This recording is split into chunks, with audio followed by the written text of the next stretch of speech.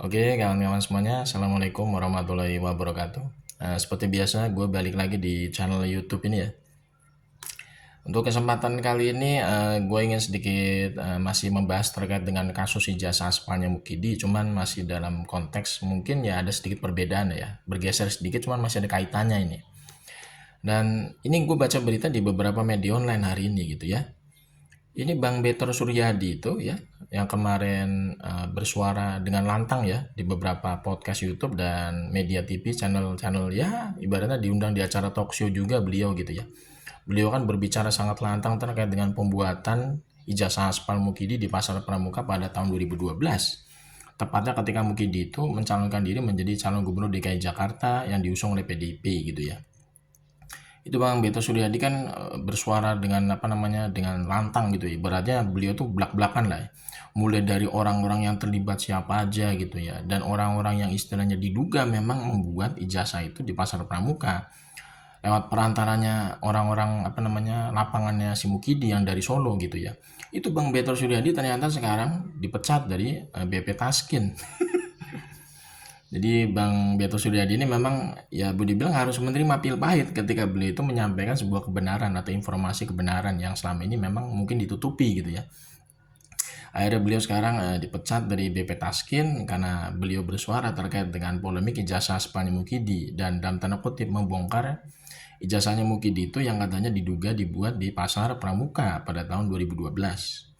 Dan sepertinya memang kalau kondisi kayak begini memang ya banyak dialami oleh banyak kalangan gitu ya. Nggak cuma Bang Beto Suryadi aja sebenarnya. Orang-orang yang berani membongkar kebobrokan Mukidi itu pasti akan mendapatkan dalam tanda kutip mungkin intimidasi lah.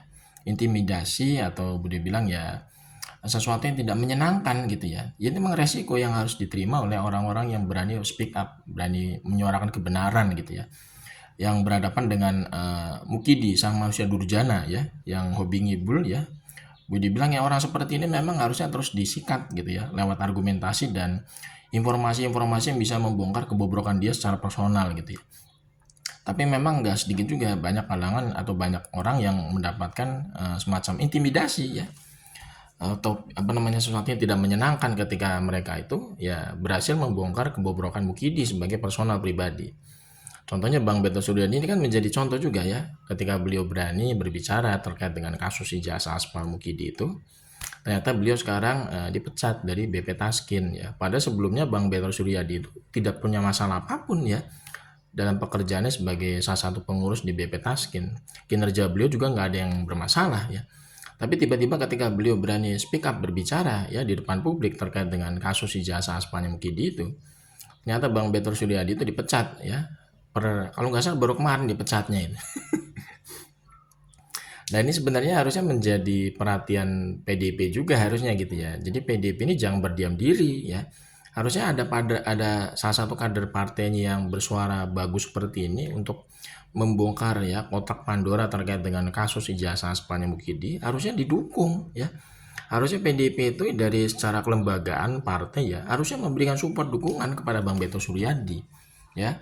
Justru malah harusnya PDIP ini kader-kadernya yang lain seperti Adian Apitupulu ya, Rismon apa bukan apa sama Masinton Pasaribu gitu ya, Deddy Sitorus, bahkan sampai Puan Maharani gitu ya. Tuh yang namanya siapa tuh orang dekatnya Mukidi kalau nggak salah, Ripka Ciptaning juga itu orang PDIP juga kan.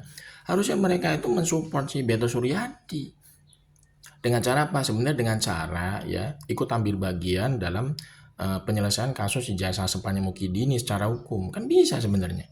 Ya kan untuk membuktikan ya ucapan dari Bang Beto Suryadi, ini orang-orang kader PDIP kan ada tim advokasi hukumnya.